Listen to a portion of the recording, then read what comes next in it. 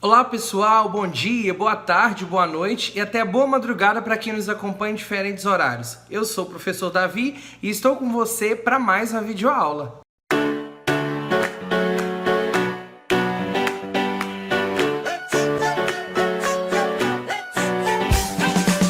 Na aula de hoje, continuaremos estudando a Lei de Diretrizes e Bases da Educação, a LDB.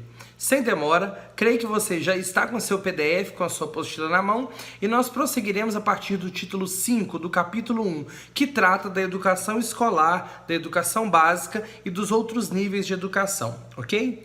Vamos ao artigo 21 para começarmos a estudar. Título 5 dos níveis e das modalidades de educação de ensino. Capítulo 1 da composição dos níveis escolares. Artigo 21. A educação escolar compõe-se de educação básica e ensino superior. Então vejamos, aqui está falando de educação escolar. A educação escolar ela é subdividida em dois tipos de educação: a educação básica e a educação superior. Vejamos agora a educação básica. Aqui na educação básica diz: formada pela educação infantil, ensino fundamental e ensino médio. Mas, Davi, lá no artigo 4º fala que a educação básica é formada pela pré-escola, ensino fundamental e ensino médio. O que está havendo de errado? Não há nada de errado. A única coisa é que lá, o artigo 4, ele é mais específico. Ele define e subdivide melhor a educação básica. A educação básica ela é composta da pré-escola. E por que é básica? Porque é obrigatório. Obrigatório é o que todo mundo precisa fazer. A educação é obrigatória a partir de 4 anos de idade, quando a criança entra na pré-escola. Então, por isso, a pré-escola é obrigatória, então é da educação básica. E se a pré-escola está dentro da educação infantil, ela faz parte da educação básica e educação infantil também. Porém, o ensino médio todo, completo, faz parte da educação básica. O ensino fundamental completo faz parte da educação básica, mas a educação infantil não é toda da educação básica, somente a pré-escola. O que fica de fora? A creche. A creche acopla e abrange crianças de 0 a 3 anos. 4 e 5 pré-escola, então somente a pré-escola. Aí numa questão, se tiver a opção de você marcar pré-escola, fundamental e médio, marque essa. E se na mesma questão tiver pré-escola, fundamental e médio, e na mesma questão a opção infantil, fundamental e médio, essa questão certamente é passível de anulação, porque em 2 artigos diferentes a LDB aponta nomenclaturas diferentes. Mas, na dúvida, marque pré-escola, ok? Porque é mais específico. Então, vai que a banca não anule, então segura a sua vaga ali na pré-escola. Mas, entenda que educação básica é aquilo que é obrigatório, pré-escola a partir de 4 até o ensino médio. E formado pela educação superior, após o ensino médio, compreendendo os cursos de graduação e pós-graduação. Vamos falar agora da educação básica em si, informações da educação básica. Artigo 22. A educação básica tem por finalidades. Então vamos falar as finalidades da educação básica. E particularmente, sempre digo aos alunos que quando há tópicos, sugestões e vírgulas indicando diferentes objetivos, finalidades, pontos, são aspectos que podem sim cair facilmente em questão. Vamos lá. Quais são os objetivos, as finalidades da educação básica? Antes de continuar, deixa eu fazer mais uma observação. A LDB, ela trata da educação básica, do ensino superior, do ensino fundamental, do ensino médio, da educação infantil, da educação de jovens e adultos, da educação profissional, da educação escolar. Cada uma delas tem seus objetivos particulares, cada uma tem.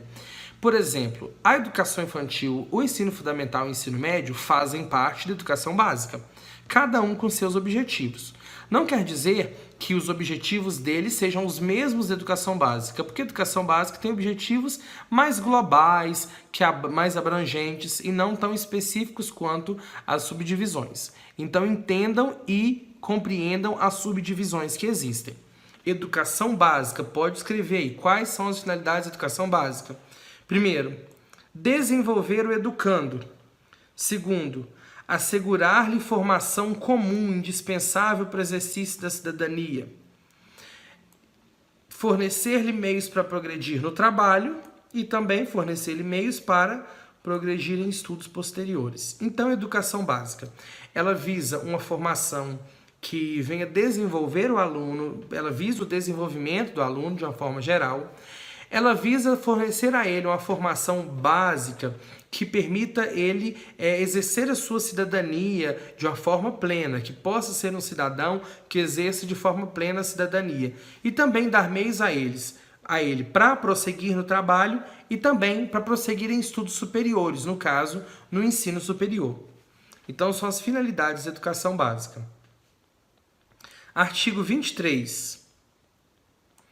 A educação básica poderá organizar-se em séries anuais, períodos semestrais, ciclos, alternância regular de períodos de estudos, grupos não seriados com base na idade, na competência ou em outros critérios ou por forma diversa de organização, sempre que o interesse do processo de aprendizagem assim o recomendar.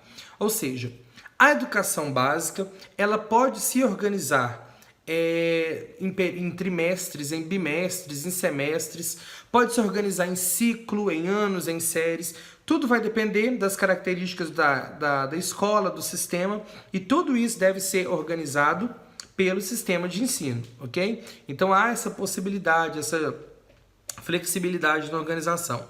Parágrafo 1º do artigo 23.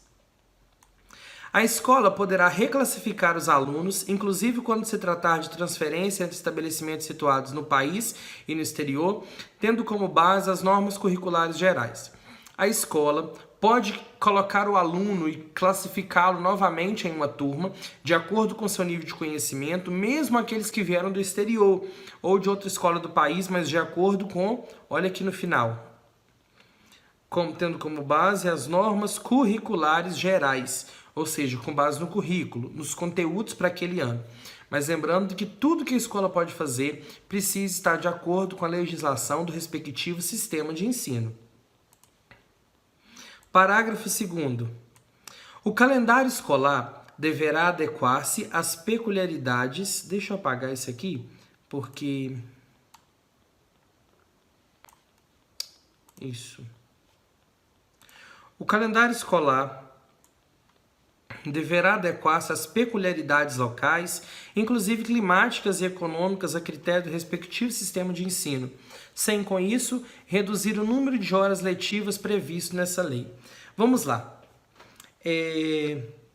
O calendário que a escola organiza, que é aprovado pelo sistema, ele precisa abranger os 200 dias letivos. Esses 200 dias letivos, normalmente, são organizados de fevereiro a dezembro.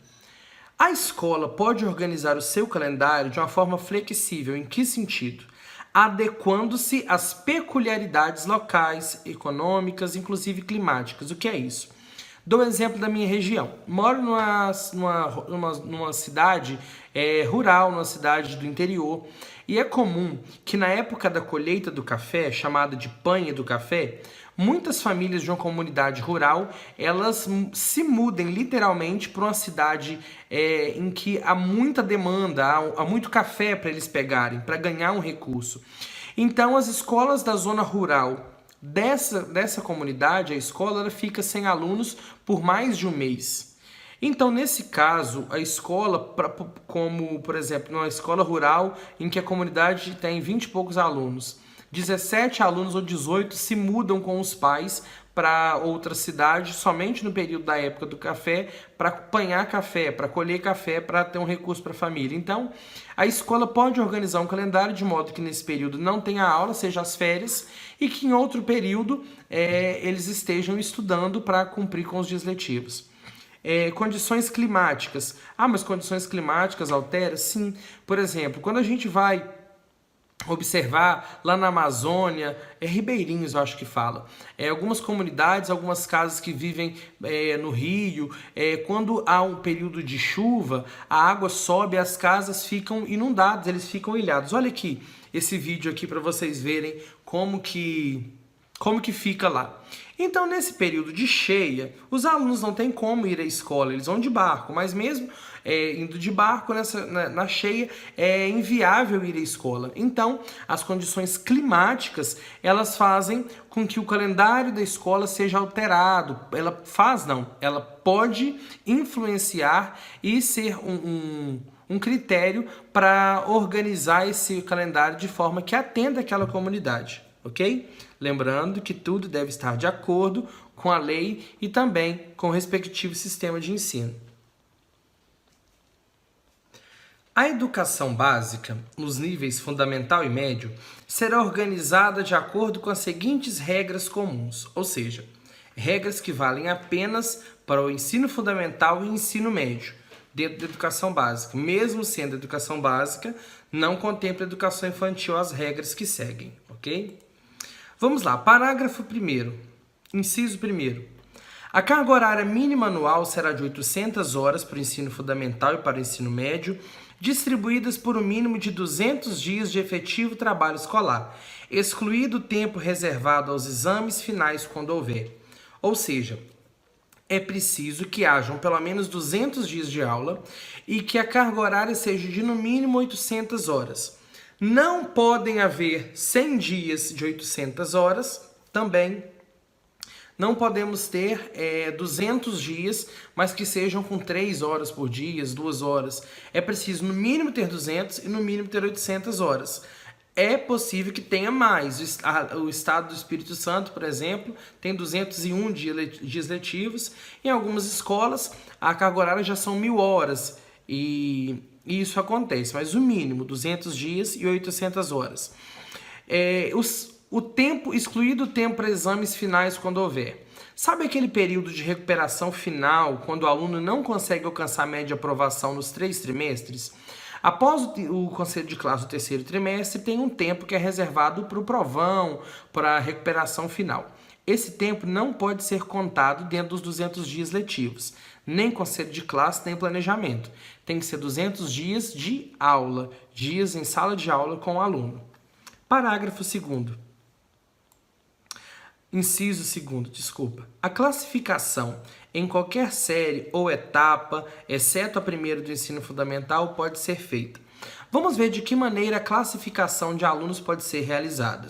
Reclassificação é um processo suplementar, um processo que não faz parte da evolução orgânica do aluno. Ou seja, o aluno naturalmente vai de ano em ano. Primeiro, segundo, terceiro, quarto, quinto, sexto e assim vai. Mas ele é classificado todo ano, primeiro, segundo, terceiro. Quando ele vem de outra escola, ou está atrasado, ou é feita uma transferência em sistemas que adotam anos, séries, ciclos diferentes, ele é reclassificado. Mas, naturalmente, é classificado, ok? Como que essa classificação, ela se dá? A classificação natural, o processo de todos os anos enquadrar o aluno. Primeira maneira, por promoção, por transferência e independente de escolarização anterior.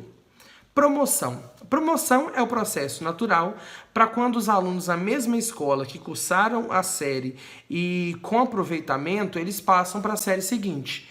Para alunos que cursaram com aproveitamento a série ou fase anterior na própria escola, ou seja, alunos que passaram de ano. Então, se ele passa de ano, se ele consegue alcançar a média, ele é por promoção.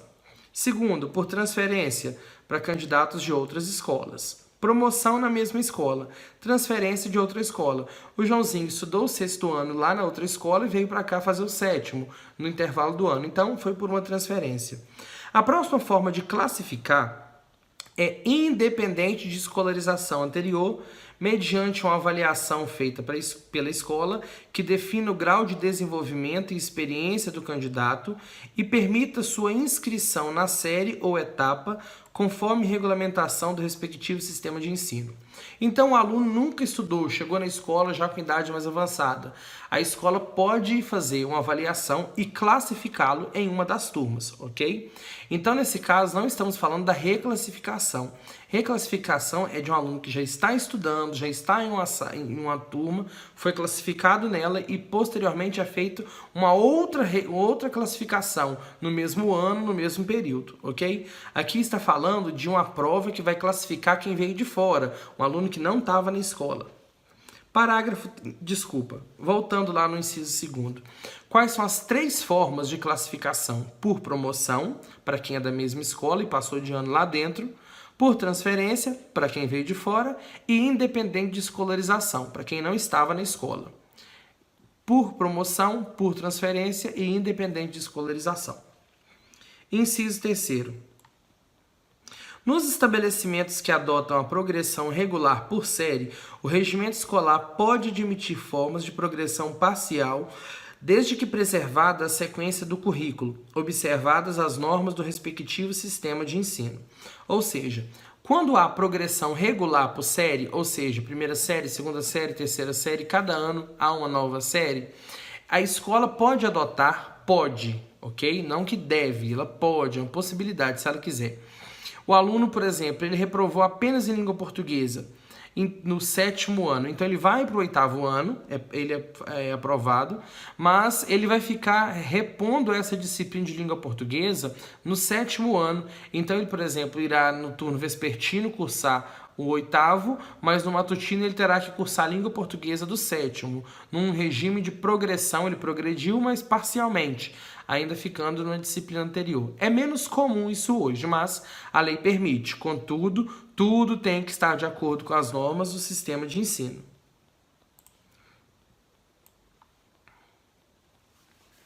Inciso 4º.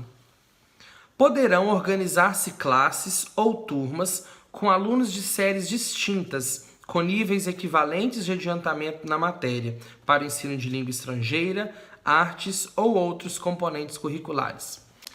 É possível que a escola organize turmas com alunos que estejam no mesmo grau de desenvolvimento. Por exemplo, o mais comum é o caso de línguas estrangeiras, em que um grupo de alunos está adiantado, tem um grau avançado de desenvolvimento naquela língua, então a escola pode organizar uma classe com alunos de acordo com o seu nível de conhecimento. Também em artes e outras disciplinas. É algo incomum, mas é possível e a escola tem essa possibilidade. Lembrando que desde que tudo isso esteja previsto no respectivo regimento ou na legislação do sistema de ensino. Continuando. A verificação do rendimento escolar observará os seguintes critérios. Eu quero chamar a atenção de vocês para esse inciso aqui. O que seria a avaliação do rendimento escolar? A avaliação do rendimento escolar, ela trata de um tema muito importante para a gente e para a nossa agenda, eu digo, para o nosso estudo dentro dessa área. Verificação do rendimento escolar. O que é verificação do rendimento escolar? Avaliação. A verificação do rendimento escolar é a avaliação. Então, por isso, precisamos dar uma atenção especial quando nós falamos da verificação desse rendimento. Olha só. A verificação do rendimento escolar observará alguns critérios. E que critérios são esses? Vamos conhecê-los?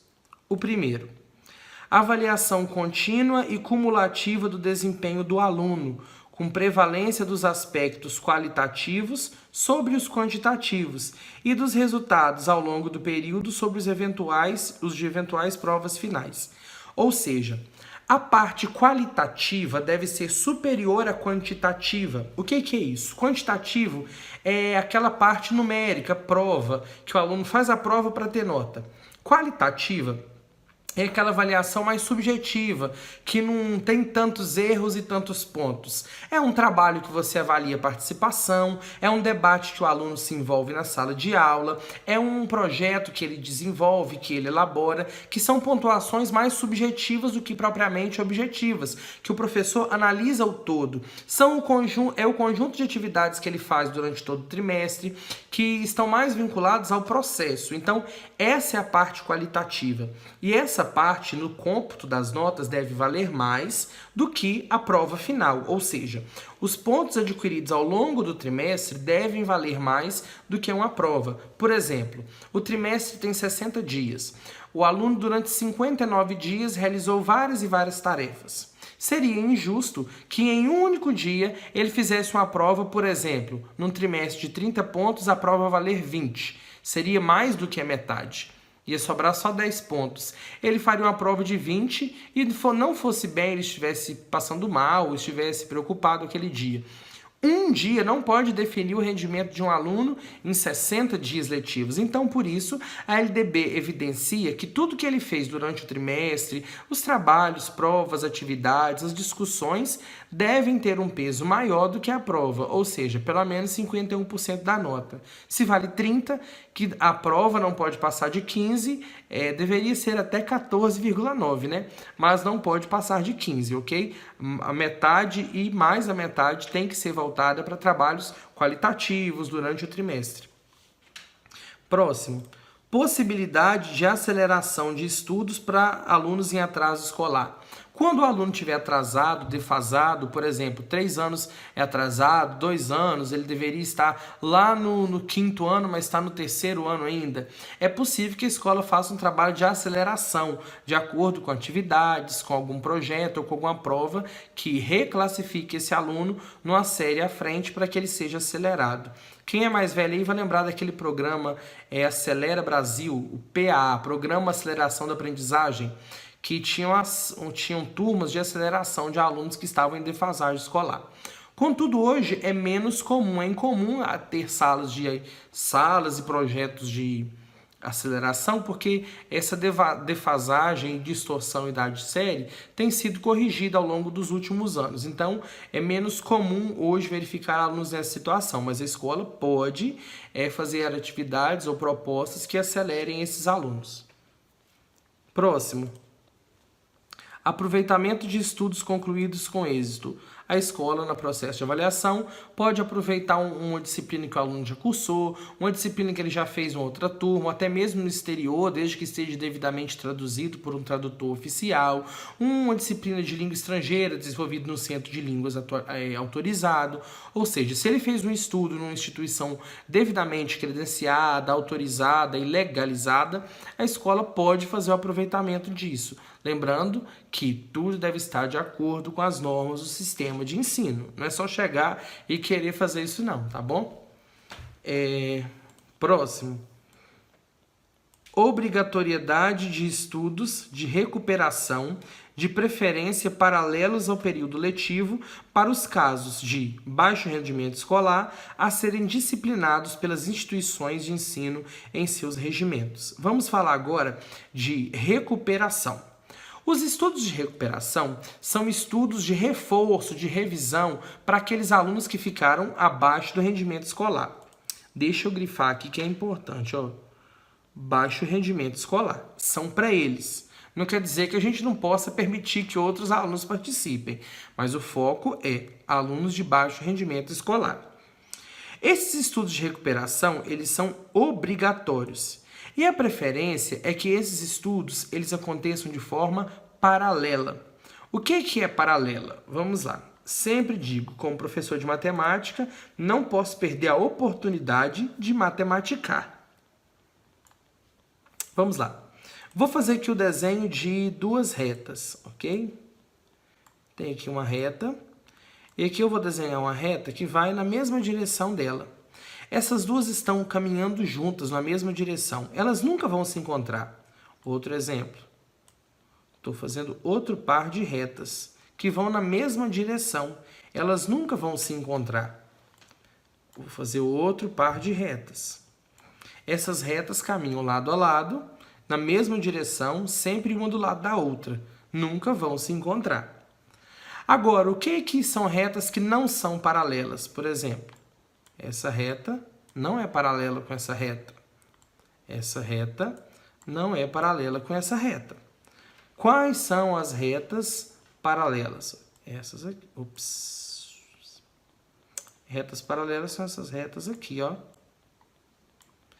Então, paralelo é aquilo que caminha junto, lado a lado, ok? Então, recuperação paralela, paralela ao período letivo, caminha junto, caminha ao lado do período letivo, entenderam? É como se essa daqui fosse a recuperação e esse fosse o período letivo, caminhasse junto, acontecesse junto. Então, a recuperação paralela ela precisa acontecer durante todo o ano, junto com o período letivo, o professor vai trabalhando, e à medida que o aluno não consegue um bom rendimento, o professor recupera ele para que no final do ano a tarefa da recuperação esteja cumprida, a tarefa esteja completa, ok? Continuando. O controle de frequência fica a cargo da escola, conforme disposto no seu regimento e nas normas do respectivo sistema. Exigida a frequência mínima de 75% do total de horas letivas para aprovação. Quem controla a frequência? A escola. Quem faz a frequência é o professor. Quem faz a chamada para verificação. Quem verifica é o professor. Mas o controle é da escola. Por quê? Porque o aluno ele precisa ter o mínimo de 75% de presença de frequência para ser aprovado. São 200 dias letivos. Quanto é 75% de 200 dias letivos?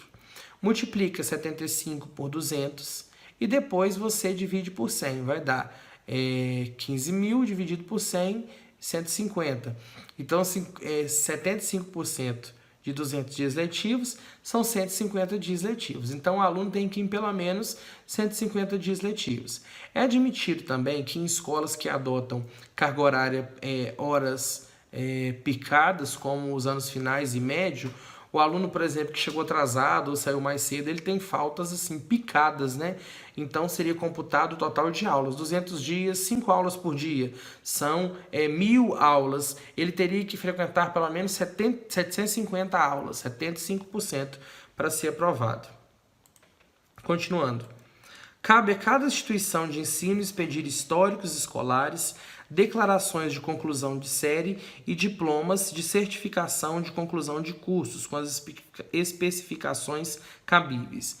Cada escola ela expede os seus históricos, irá dar as declarações e fornecer os diplomas para os alunos, tá ok? Eles não têm que pagar por isso, as escolas precisam fornecer a eles todos esses documentos. Continuando. Parágrafo 1º, ainda do artigo 24.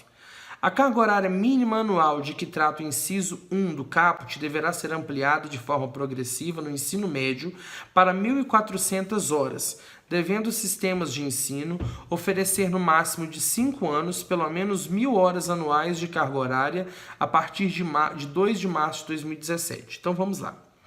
A carga horária de 800 horas, que fala lá no inciso 1º desse artigo 24, deve ser ampliada de forma progressiva, ou seja, sempre ir ampliando no ensino médio, no ensino médio isso aqui, para 1.400 horas, para que no ensino médio o aluno estude pelo menos 1.400 horas por ano, ou seja, 7 horas em cada dia letivo. Devendo, isso aí é progressiva, em vários anos, porém, dentro de 5 anos, a partir de 2 de março de 2017, ou seja, daqui 5 anos, 2 de março de 2022. Até março de 2022, os sistemas do ensino médio deverão ter pelo menos 1.000 horas letivas, ou seja, 1.400 no futuro, mas a cada ano aumentando um pouco, e até 2022 tem que ser 1.000 horas no ensino médio. Continuando, os sistemas de ensino disporão sobre a oferta de educação de jovens e adultos e de ensino noturno regular, adequado às condições do educando, conforme o inciso 6º do artigo 4º. Então, cada sistema vai organizar e preparar a sua oferta de educação de jovens e adultos. Para quem? Para aqueles jovens e adultos que não concluíram os estudos na idade adequada. Esse ensino pode ser noturno e regular também, por exemplo. Não precisa ser na modalidade de jovens e adultos. Ou pode ser na modalidade de jovens e adultos, mas deve estar de acordo e adequado às condições do educando. Ou seja, o horário que deve começar a aula, a quantidade de aulas no mesmo dia, tudo deve ser organizado para atender o jovem e o adulto. Lá nas garantias da educação, a gente já leu lá no inciso 6º, sobre a oferta de educação de jovens e adultos em conformidade com as características e a realidade do jovem e do adulto trabalhador. Então, a gente lembra disso e lembra que os sistemas devem se organizar para oferecer EJA, educação de jovens e adultos, tanto no ensino da modalidade de jovens e adultos, quanto no ensino regular, que são as classes normais, mas tudo adequado às condições do educando, ok? Por enquanto é só, nós vamos parar por aqui e na próxima aula nós continuaremos com o artigo 25, ok? Um grande abraço e até mais, pessoal!